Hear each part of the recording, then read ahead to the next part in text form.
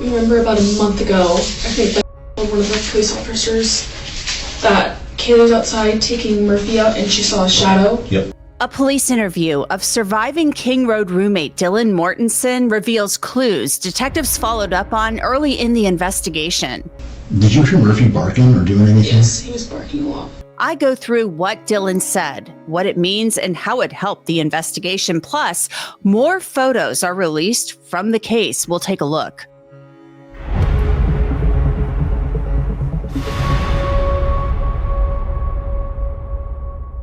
Welcome to Crime Fix. I'm Angenette Levy. Dylan Mortensen was one of two roommates who survived the quadruple homicides on King Road nearly 3 years ago. And she is the only person that we know saw the killer walking through the house that morning, the only eyewitness. And frankly, she was also an ear witness who said she heard things in the house at the time that her four friends were being murdered. Bryan Kohberger pleaded guilty to breaking into the house on King Road and murdering Maddie Mogan, Kaylee Gonsalves, Xana Kernodle, and Ethan Chapin. We've seen Dylan Mortensen in body-worn camera footage from the first officer to arrive on the scene. Her face, of course, is blurred, and she described for that officer what she heard and saw. And we're going to take a look back at that here in a little bit. But now we are seeing one of her several interviews with detectives after she appears to have calmed down a little bit. Dylan was taken to the Moscow Police Department and interviewed by Detective Lance Mowry. So I think that somebody might have said something that you said. I think what maybe it was. Did you have, or in the recent history, have anybody that you thought might have been stalking you, or that was just acting weird? No, but I mean, talking, remember about a month ago, I think like one of the police officers that Kaylee was outside taking Murphy out and she saw a shadow. Yep, okay. And then when Kaylee was at Winco, Xana was in the car, she noticed this guy was following her. She got what she was getting, put it in the car, and she could see in her mirror that the guy was behind her in the car. Okay. So obviously he was trying to follow her. And then that was about 2 or 3 weeks ago. Now, this was the afternoon of the murders, and detectives were gathering information from the people who called 911, who were there when A, the murders happened, and B, when police arrived. It's very, very early in the investigation, and everyone is a suspect, or at least should be. This is a quadruple homicide, and a murderer is on the loose. Someone who is capable of committing a cold-blooded murder using a knife to murder 4 people in a relatively short amount of time. We don't know if the investigators ever figured out who the shadow was. Was it Bryan Kohberger? We don't know, but we do know from court documents that the Winco incident was investigated, and the man who followed Kaylee was ruled out as a suspect through DNA testing. And prosecutors said that he cooperated by handing over his phone to detectives. That man told detectives that he thought Kaylee was pretty and wanted to ask her out, but he kind of chickened out and never did. Prosecutors said the incident was recorded by surveillance cameras. Bryan Kohberger's attorneys had tried to introduce that man as an alternate suspect, but Judge Hippler denied that request. Now back to Dylan's interview, where she talks about the doors in the house on King Road. And then about a week ago, our door is broken, but me, Maddie, and Ben came home and the door is wide open. And obviously, yes, the door is broken, but that could also be something else as well. With the front door? Yeah. Okay. Did you ever find the back slider open or anything? Is that usually locked? What's the condition of I mean, we're pretty good at locking it. I don't think we locked it last night. And it sounds like the code is fairly well known to the front door by people. I mean, only people that know us. Random people would not know, but okay. Right. Yeah. Because Hunter said he knew it. Yeah, he does. Obviously knew it because it sounded like she was going to move in with you guys, possibly. Doesn't sound like he knew it. Mm-mm. Okay. Did Kaylee ever say anything or report that weirdness to anybody else other than you guys? No, because I mean, you can't. There's no proof, Right. I can't really do anything about it, and people are just weird sometimes. We didn't obviously we were scared for a little bit. We didn't think much about it after that because there's nothing really weird after that. Did she see what kind of car it was that he was driving? Nothing like that? Mm-hmm. Where did Kaylee work? She worked at home for a business, I believe. Okay. I can't remember what exactly it is. So she was just she works from her apartment? From her Yeah. room? Okay. What about Maddie and Xana? Where did they work? Maddie and Xana both worked at Mad Creek, and then Maddie also had a paid internship through this business as well that was online at home.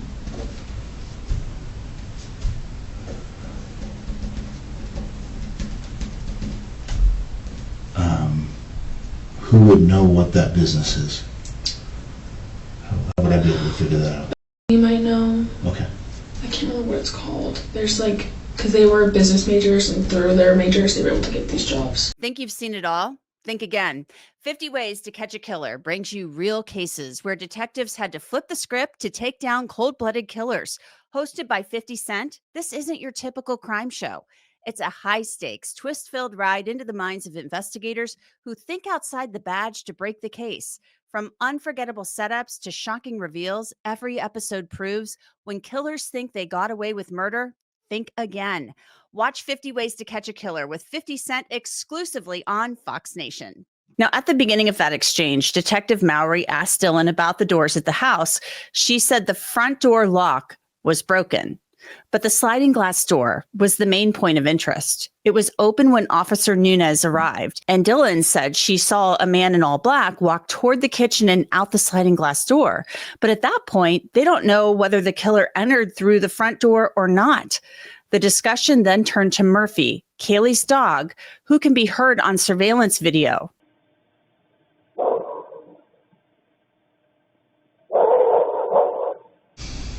Did you hear Murphy barking or doing anything? Yes, he was barking a lot. Throughout the night, or? When I heard Kaylee go upstairs, he was barking a lot, and then I could tell that he was outside. I don't know how the police found him, because he wasn't in the house. Okay. But he has a puppy, he barks, but he was barking a lot if there was someone there. And that was at 1:32, or was that around Like 4? when everything happened. And when he was barking, when you first heard him on barking after she was up there playing, did you hear him go outside, or did he start outside?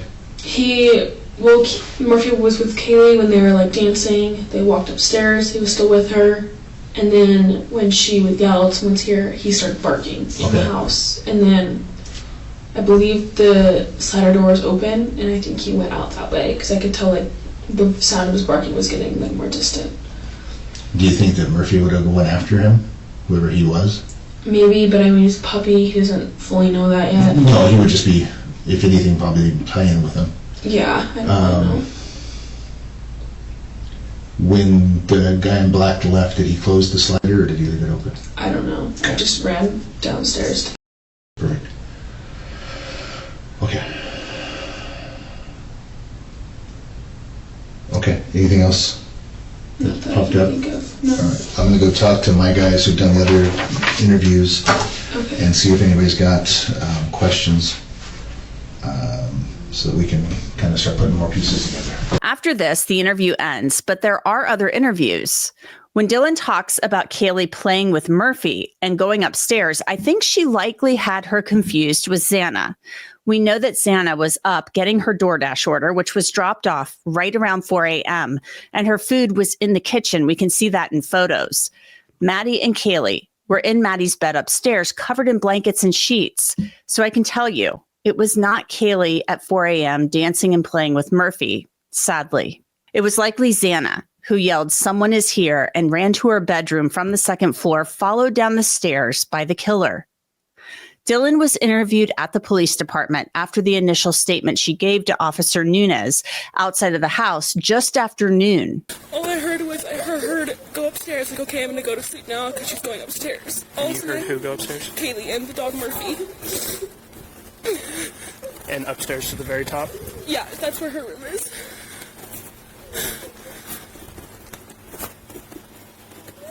Okay. And then all of a sudden I heard her walking up, I heard her scream, and she ran downstairs because she saw someone. That's what I'm pretty sure she said. She someone's here, and she screamed and just ran downstairs. And I called for her name, but I jumped up and locked my door because I was so scared. And then I heard someone in the bathroom, and I heard her crying, and I heard some guy say that you're going to be okay, I'm going to help you. And I kept calling her name, but she wasn't answering.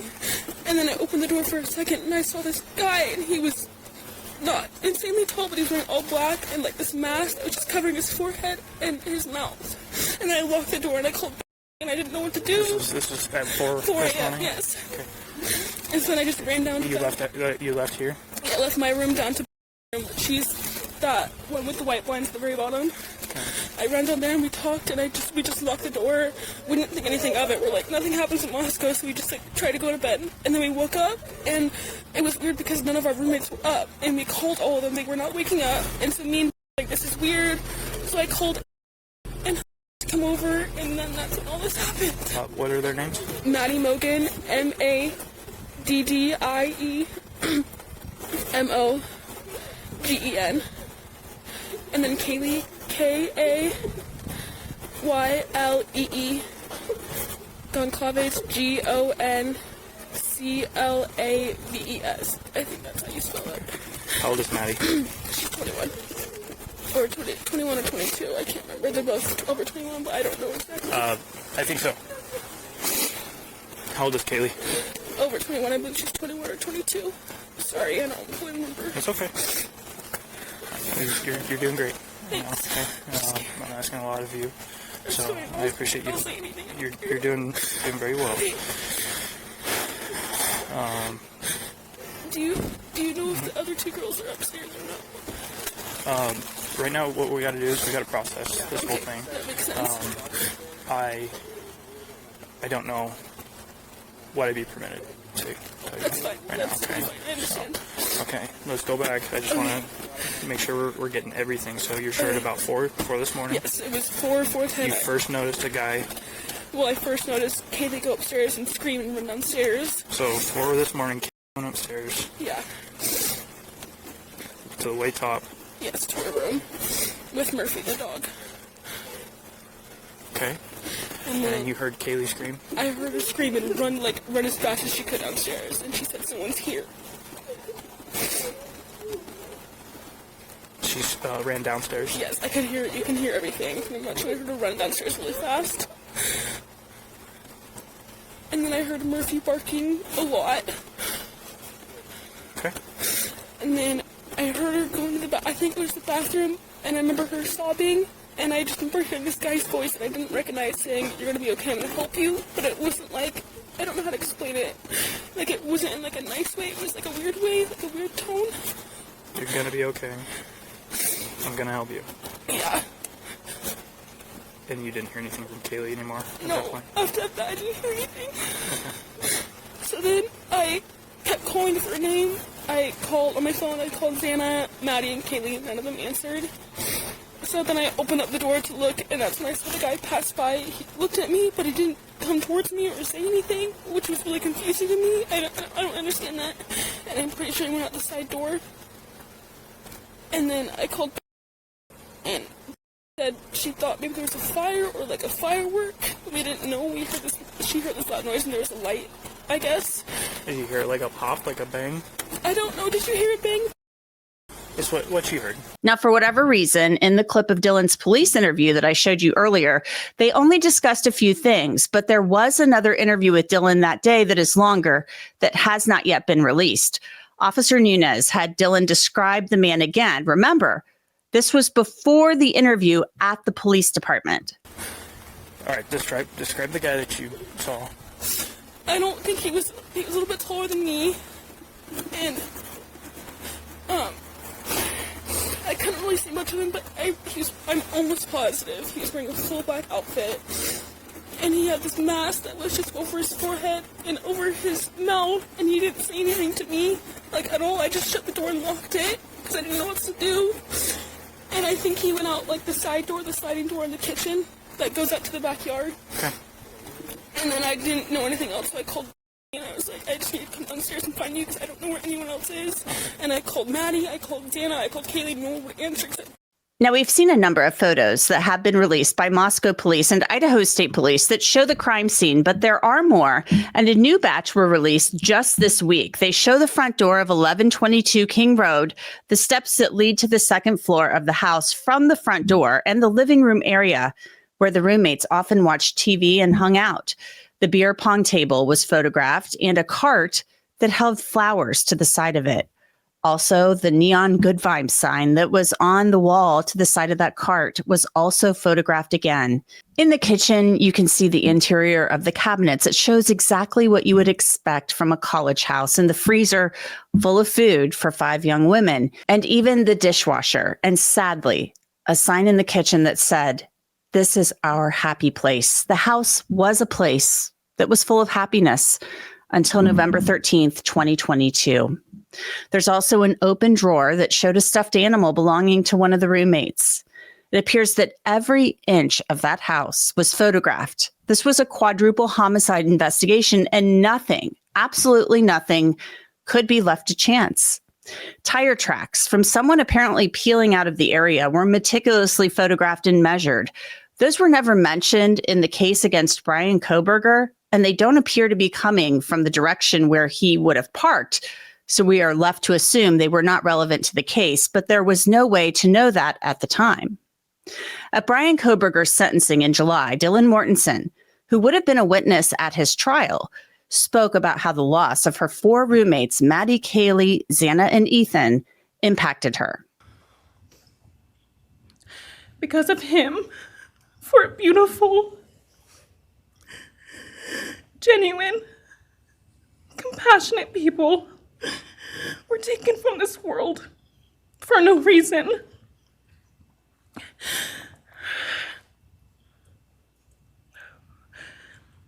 He didn't just take their lives. He took the light they carried into every room. He took away how they made everyone feel safe, loved, and full of joy. He took away the ability for me to tell them that I love them and that I'm so proud of them. He took away who they were becoming and the futures they were going to have. He took away birthdays, graduations, celebrations,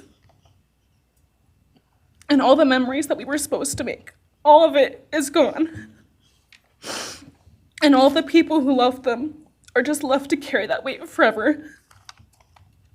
He didn't just take them from the world. He took them from me, my friends, my people who felt like my home, the people I looked up to and adored more than anyone. He took away my ability to trust the world around me. What he did shattered me in places I didn't know could break. I was barely 19 when he did this. We had just celebrated my birthday at the end of September. I should have been figuring out who I was. I should have been having the college experience and starting to establish my future. Instead, I was forced to learn how to survive the unimaginable. I couldn't be alone. I had to sleep in my mom's bed because I was too terrified to close my eyes. Terrified that if I blinked, someone might be there. I made escape plans everywhere I went. If something happens, how do I get out? What can I use to defend myself? Who can help? And then there are the panic attacks. The kind that slam into me like a tsunami out of nowhere. I can't breathe. I can't think. I can't stop shaking.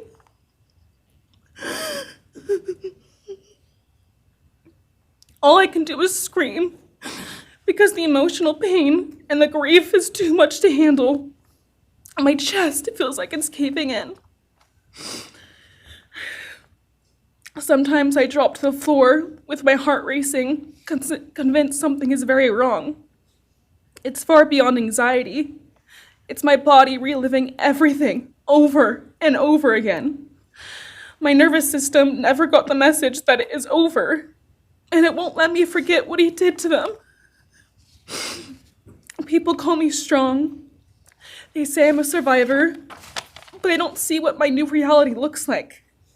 They don't see the panic attacks, the hypervigilance, the exhaustion, the way I scan every room I enter, the way I flinch at sudden sounds.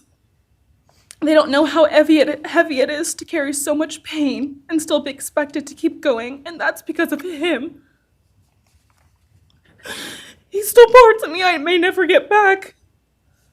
He took the version of me who didn't constantly ask, what if it happens again? What if next time I don't survive?